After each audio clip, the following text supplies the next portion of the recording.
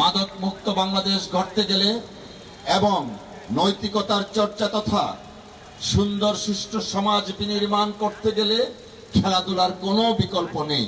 অত্যন্ত গর্বিত, আদিবাসীদের যে কোনো কর্মকাণ্ডে আমি সবসময় আপনাদের পাশে থাকি, ভবিষ্যতে থাকবো ইনশাআল্লাহ।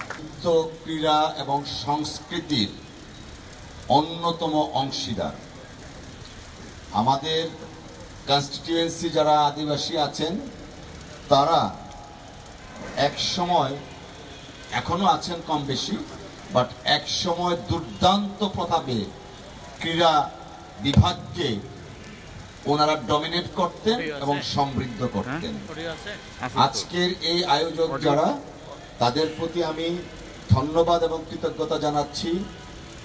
এই ঢাকাতে রাজধানীর বুকে এসেও আমার আদিবাসী ভাই ও বোনেরা মাথা উঁচু করে, শির উঁচু করে দাঁড়িয়ে এখানে আজকে ফুটবল টুর্নামেন্টের আয়োজন করেছে। আমি আপনাদের এলাকার এমপি হিসাবে আপনাদেরকে নিয়ে আমি অত্যন্ত গর্বিত।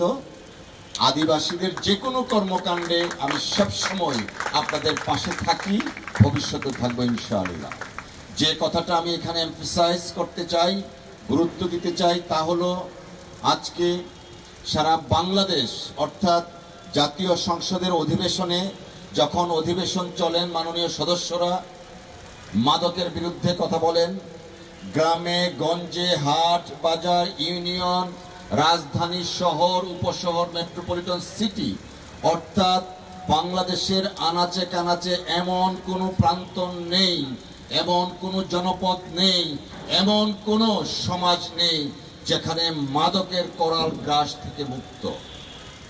আমরা খেলাধুলার মাধ্যমে মাদক মুক্ত সমাজ গড়ার জন্য বর্তমান সরকারের মাননীয় প্রধানমন্ত্রী যে উদ্যোগ নিয়েছেন, সেই উদ্যোগকে আমরা আদিবাসীদের পক্ষ থেকে স্বাগত জানাই। আমরা মনে করি মাদক মুক্ত বাংলাদেশ গড়তে গেলে এবং নৈতিকতার চর্চা তথা সুন্দর সুষ্ঠু সমাজ বিনির্মাণ করতে গেলে খেলাধুলার কোনো বিকল্প নেই। খেলাধুলার মাধ্যমে মানুষের শারীরিক যেমন উৎকর্ষতা হয়, ঠিক তেমনি ভাবে মানসিকভাবেও মানসিক উৎকর্ষতাও সাধন করে। তাই আমি দৃঢ়ভাবে বিশ্বাস করি, আমার আদিবাসী ভাই ও বোনেরা, আপনারা যেমন খেলাধুলা এবং সংস্কৃতিতে গুরুত্বপূর্ণ ভূমিকা পালন করছেন, ঠিক তেমনি ভাবে শিক্ষায় সমাজ বিনির্মাণ তথা বাংলাদেশ বিনির্মাণে আপনারা গুরুত্বপূর্ণ ভূমিকা পালন করবেন।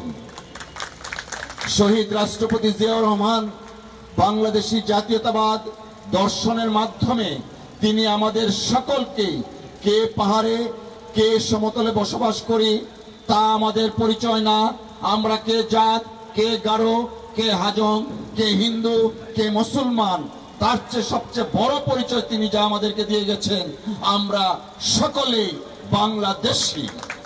অতএব বাংলাদেশী হিসাবে বাংলাদেশকে গড়ে তোলার জন্য আমাদের ঐক্যবদ্ধভাবে কাজ করতে হবে।